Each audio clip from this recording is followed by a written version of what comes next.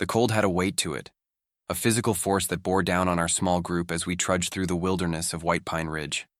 I had not wanted to come, but the persuasions of my colleagues, Charles, a professor of geology, and Felix, an amateur historian with a passion for local legends, had proven impossible to resist. It was their talk of undiscovered remnants of an ancient culture, predating even the oldest native tribes, that ultimately lured me. My imagination, though tempered by rationality, was not immune to the lure of the unknown. The first day passed uneventfully, the silence of the snow-covered landscape broken only by our voices and the crunch of our boots. The second day, however, brought the storm. The blizzard descended upon us with an almost sentient malice, transforming the once pristine landscape into a swirling chaos of white. The temperature plummeted, and the wind howled like a living thing, its cries seeming to carry whispers that gnawed at the edges of my sanity. By the time we set up camp, darkness had fallen, and the storm showed no sign of abating. Our tent was a meager refuge against the storm, and I found little comfort in its thin walls. The flickering light of our lantern cast grotesque shadows that danced like specters across the fabric. Charles was preoccupied with his notebook, scribbling observations about the geology of the ridge. Felix, on the other hand, seemed oddly restless, his usual enthusiasm replaced by a brooding silence. I do not know what roused me from my uneasy slumber. Perhaps it was the stillness, for the storm had ceased as abruptly as it had begun. The world outside the tent was eerily silent, the kind of silence that presses upon you like a physical presence. I crawled out, careful not to disturb the others, and was greeted by a landscape transformed. The moon hung low in the sky, its pale light illuminating the snow-covered ground with an unnatural clarity. The air was biting, yet unnervingly still. It was then that I saw the footprints. They were not ours. That much was immediately clear. The prints were enormous, far larger than any human foot, and spaced in a way that suggested a gait both unnatural and purposeful. They circled our camp in a wide arc before veering off into the forest, where they vanished beneath the dense canopy of skeletal trees. The snow beyond was untouched, as pristine as if no living thing had ever disturbed it. A chill far colder than the night air gripped me. The prints were fresh. The edges were sharp and unblurred, their detail unspoiled by the storm. Whatever had made them had done so while we slept. I woke Charles and Felix, my words tumbling over themselves in my haste to describe what I had seen. Charles was skeptical, attributing the prints to some animal displaced by the storm. Felix, however, was different. His face paled as he examined the tracks, and I noticed a tremor in his hands as he ran his fingers over the impressions. These are not natural," he muttered, more to himself than to us. We followed the trail into the forest, our lanterns casting feeble pools of light that seemed to deepen the surrounding darkness. The prints continued for several yards before abruptly stopping. There was no disturbance in the snow to suggest where the creature had gone. No retreat, no sign of flight. It was as if the thing had simply ceased to exist. Charles, ever the skeptic, dismissed it as a coincidence, a trick of the storm. Felix, however, seemed deeply shaken. "There are stories," he said hesitantly. "Whispers of a presence in these woods. Something ancient, older than the trees themselves." His words unsettled me, but I said nothing. We returned to camp, though sleep was a luxury none of us could afford that night. The air seemed heavier, the silence more oppressive. The forest around us, once merely an indifferent expanse of nature, now seemed alive with unseen eyes. When morning came, it brought no reprieve. The footprints were gone, erased as though they had never been. The snow around our camp was untouched, its surface smooth and unbroken. Charles was quick to seize upon this, dismissing the events of the night as a shared hallucination brought on by exhaustion and the storm. Felix said nothing, but I saw the doubt in his eyes. We pressed on, though the atmosphere was markedly different. The camaraderie of our first day was gone, replaced by a tension that hung over us like a shroud. The forest seemed to close in around us, the trees leaning inward as if conspiring to hide some dark secret. That night, the footprints returned. This time, they were closer. They encircled the camp in tight, almost predatory loops, their size and spacing unchanged. Felix was the first to notice, his shout waking us from a fitful sleep. The sight of the tracks, so fresh and impossibly precise, sent a wave of terror through me. The thing, whatever it was, had been watching us. Charles, his skepticism beginning to falter, suggested we leave immediately. But where could we go? The forest was vast, the trail back to the ridgehead long buried beneath the snow. We decided to wait until dawn, though none of us dared to sleep. The hours crawled by, each minute an eternity of dread. The forest was alive with sounds now, soft rustlings, faint whispers, and the occasional snap of a branch. I clutched my lantern like a talisman, its feeble light the only barrier between us and the encroaching dark. When the attack came, it was without warning. The tent was torn from above, its fabric shredding like paper under an unseen force. A sound unlike anything I had ever heard filled the air, a low, guttural growl that seemed to resonate in my very bones. I caught a glimpse of something through the chaos, a shape, vast and amorphous, with limbs that defied logic and eyes that glowed like embers. We fled, our terror propelling us through the forest with no regard for direction. The thing pursued us, its movements impossibly swift yet eerily silent. I could hear its growls, feel its presence, but when I turned to look, there was nothing but darkness. We did not stop until we reached the ridge, where the first pale light of dawn began to pierce the horizon. Of Charles and Felix, I was the only one who spoke of what had happened. Charles refused to acknowledge it, retreating into silence. Felix, once so full of life, became withdrawn, his eyes haunted by what he had seen. I left White Pine Ridge that day and have never returned.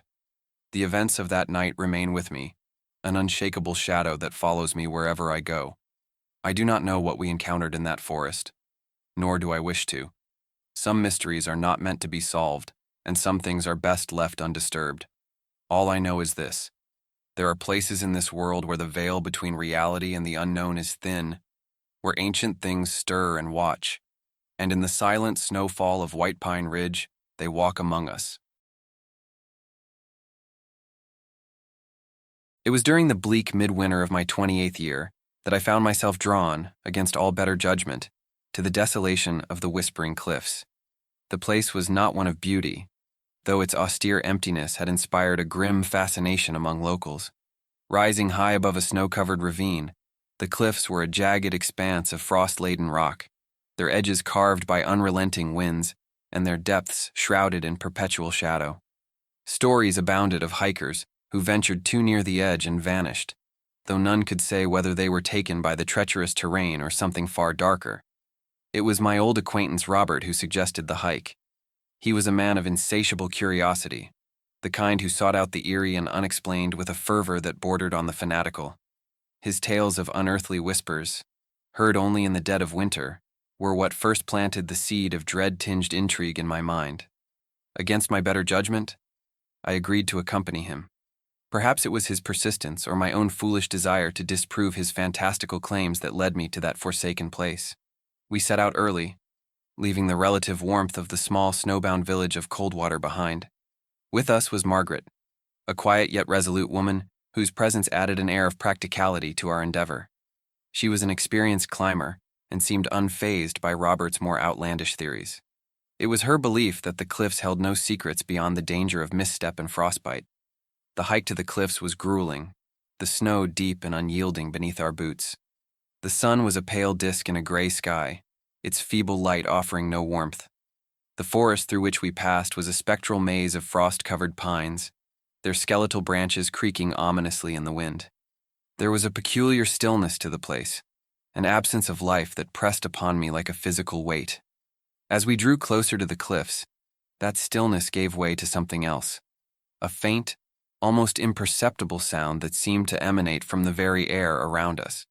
At first I thought it was the wind, but there was a cadence to it, a rhythm that suggested something deliberate. Robert noticed it too. He stopped abruptly, his head tilted as though straining to catch the words of an unseen speaker. "Do you hear it?" he whispered, his voice taut with a mixture of awe and trepidation. Margaret rolled her eyes. "It's just the wind moving through the rocks." But I was not so certain. The sound seemed to shift as we moved, growing stronger, more distinct. It was not mere noise but a chorus of murmurs, rising and falling like the ebb and flow of the tide. I could not make out the words, yet there was an undeniable sense of intent behind them, a beckoning that set my nerves on edge. By the time we reached the cliffs, the murmurs had grown louder, their eerie harmonics cutting through the howling wind. The edge loomed before us, a jagged line of frost-rimed stone overlooking a chasm of dizzying depth. The ravine below was shrouded in shadow, its depths hidden by a layer of mist that seemed almost alive in its restless movement. Robert stepped closer to the edge, his breath fogging in the frigid air. "It's coming from down there," he said, his voice trembling with a mixture of fear and excitement. "Do you hear it? They're calling to us." I wanted to deny it, to dismiss his words as the ravings of an overactive imagination. But the whispers were undeniable now. They seemed to weave themselves into the fabric of the wind, their tones laced with an unearthly resonance that defied comprehension. And then, to my horror, I heard my name. Thomas. It was faint, almost swallowed by the wind, yet unmistakable. My blood ran cold, and I staggered back from the edge, my heart hammering in my chest. Margaret looked at me sharply, her expression a mixture of concern and irritation. "What's wrong?"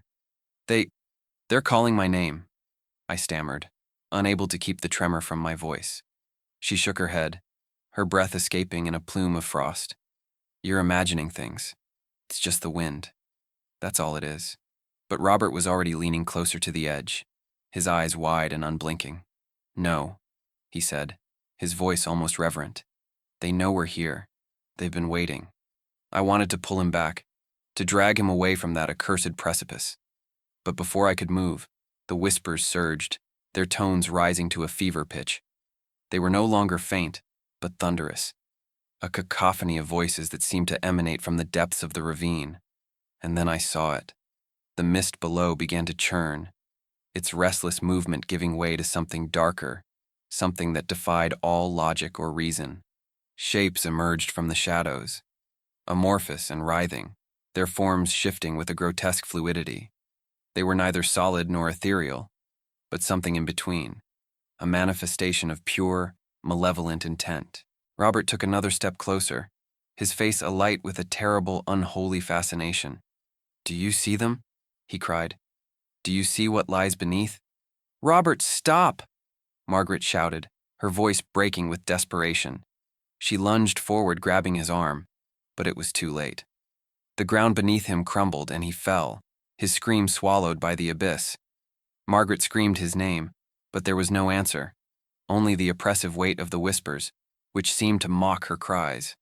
The shapes in the mist writhed more violently, as though feeding on his terror. And then they turned their attention to us. The whispers grew louder, their tones laced with a predatory hunger that made my skin crawl.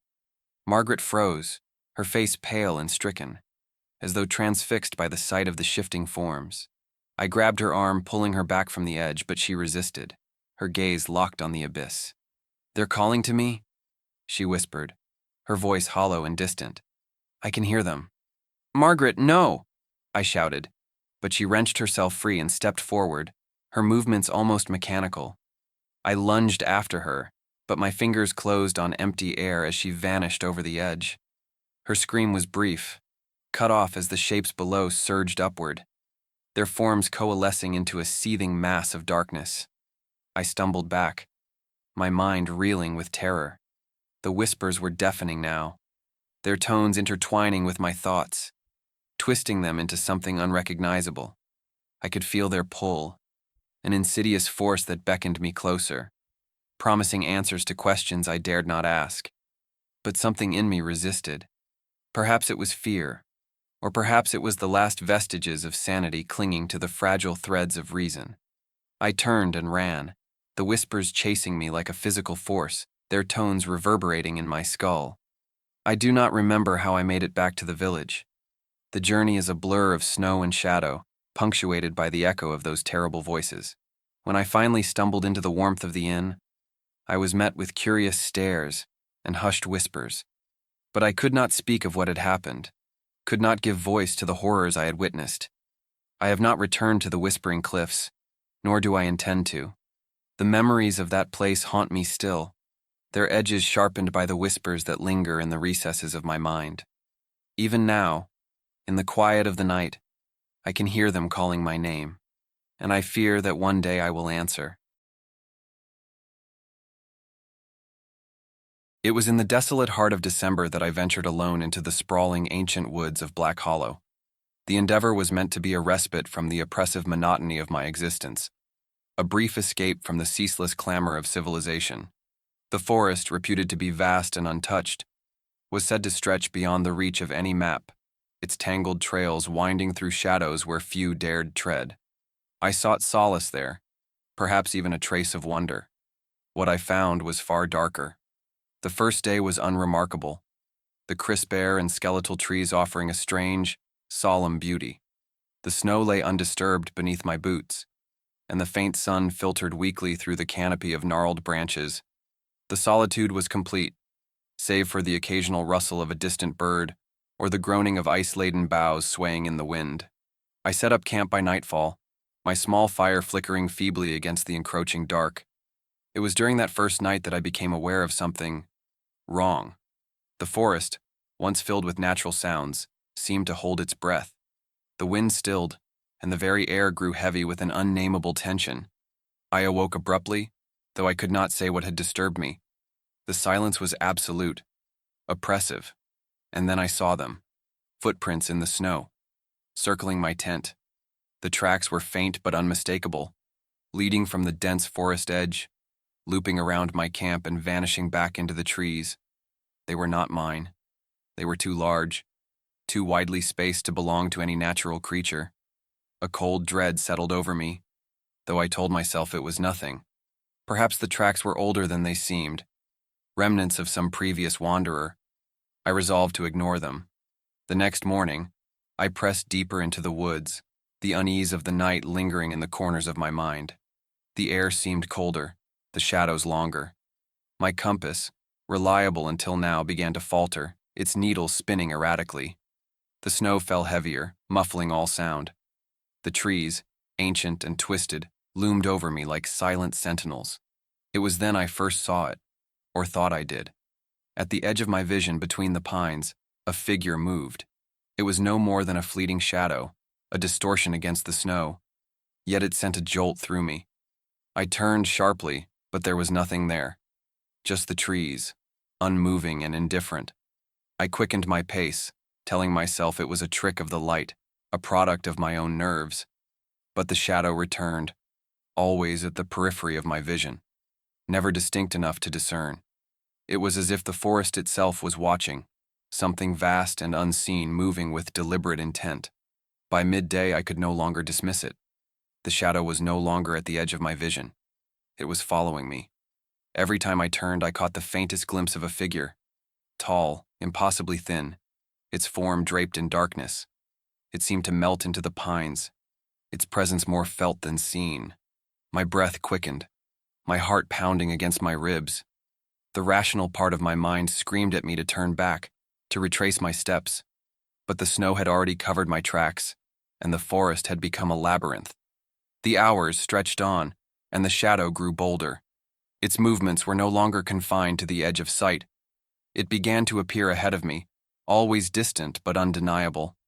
It stood among the trees, still as a statue, its head tilted as if observing me. No matter how far I walked, no matter how fast I moved, it was always there, waiting. That night, I did not light a fire. I dared not.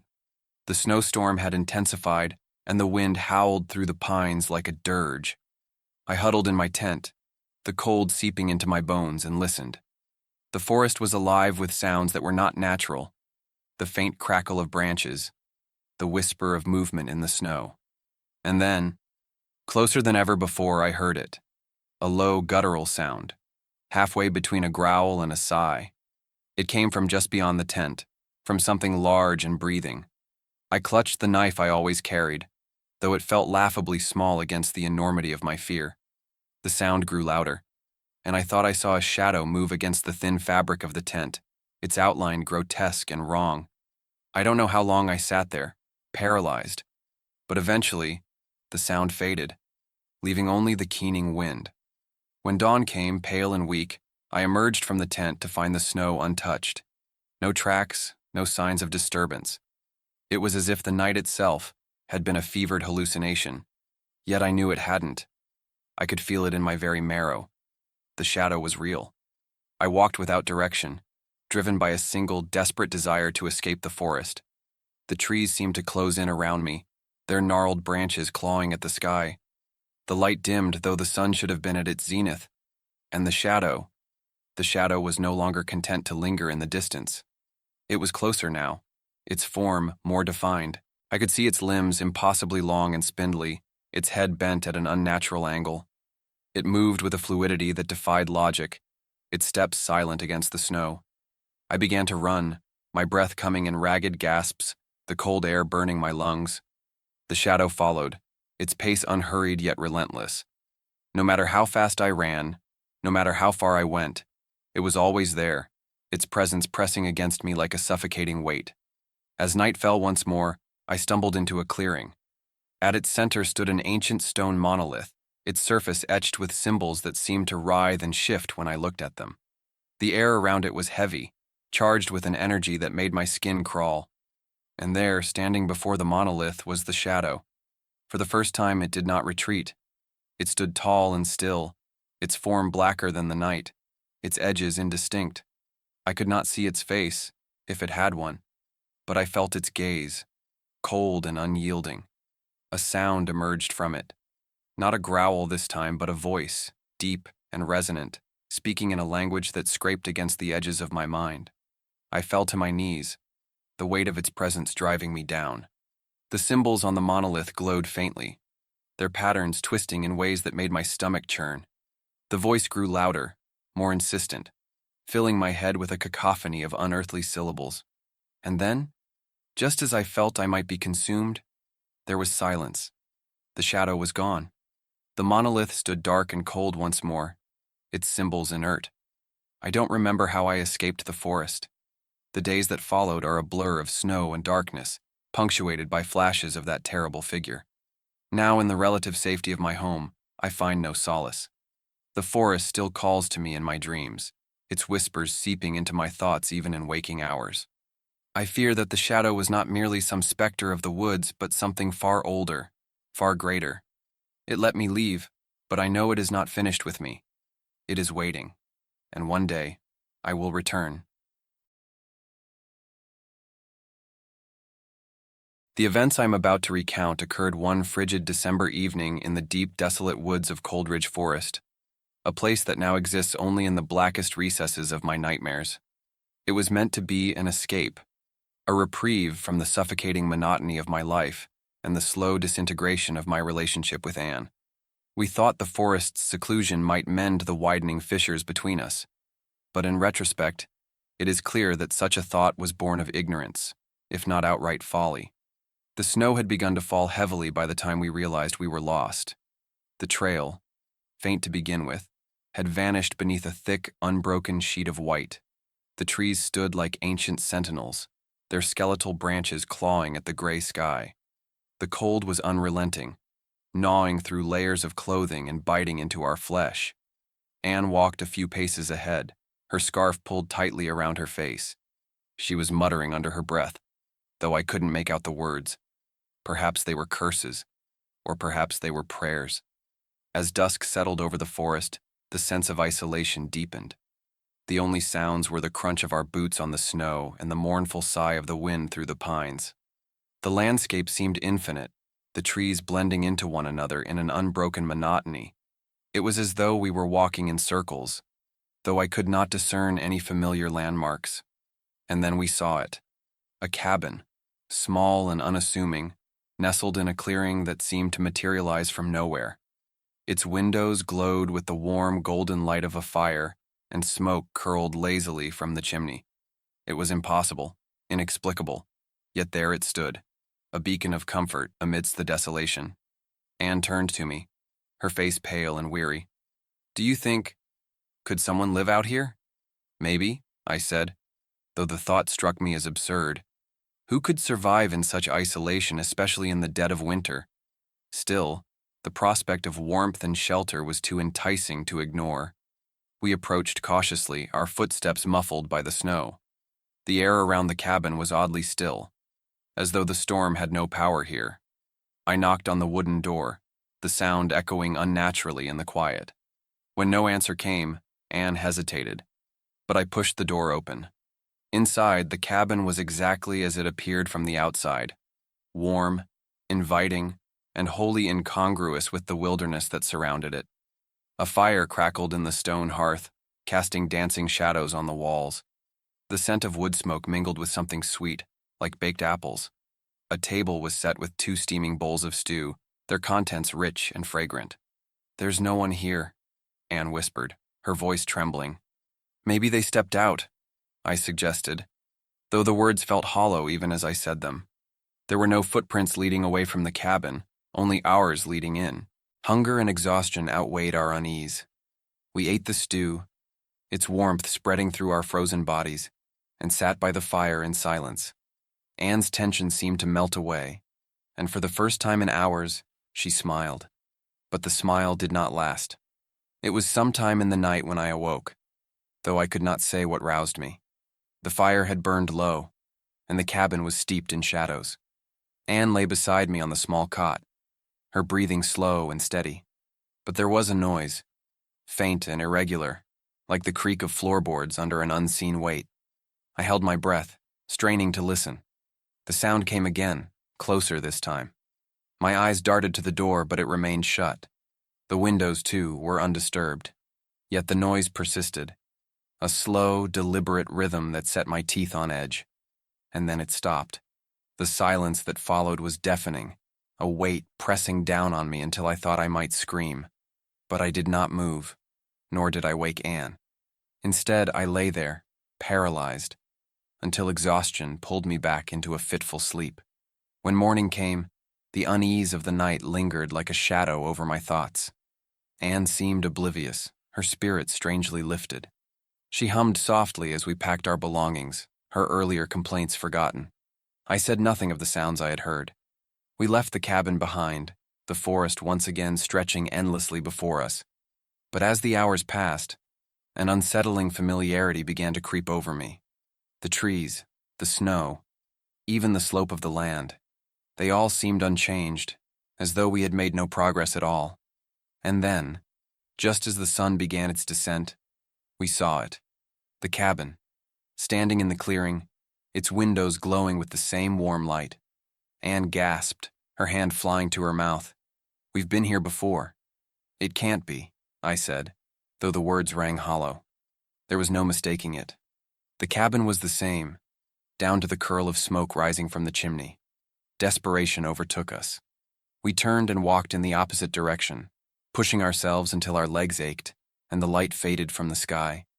But no matter how far we went, no matter how carefully we chose our path, the result was always the same.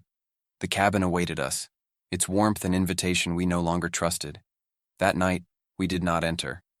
We huddled in the snow, the firelight from the cabin taunting us as the cold seeped into our bones. The whispers began sometime after midnight, faint at first but growing louder.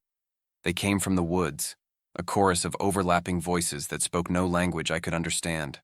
Anne clung to me, her face buried in my chest, her body trembling. When dawn came, the cabin was gone.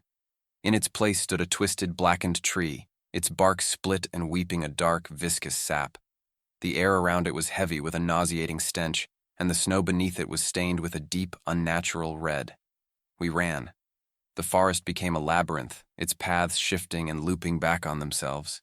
The whispers followed us, growing louder, more insistent. The trees seemed to close in, their branches grasping at us like skeletal hands. Anne stumbled, and I pulled her to her feet, my own strength waning. And then we saw it again. The cabin, unchanged and eternal, standing in a clearing that defied all logic. I do not remember how we escaped. Perhaps we never did.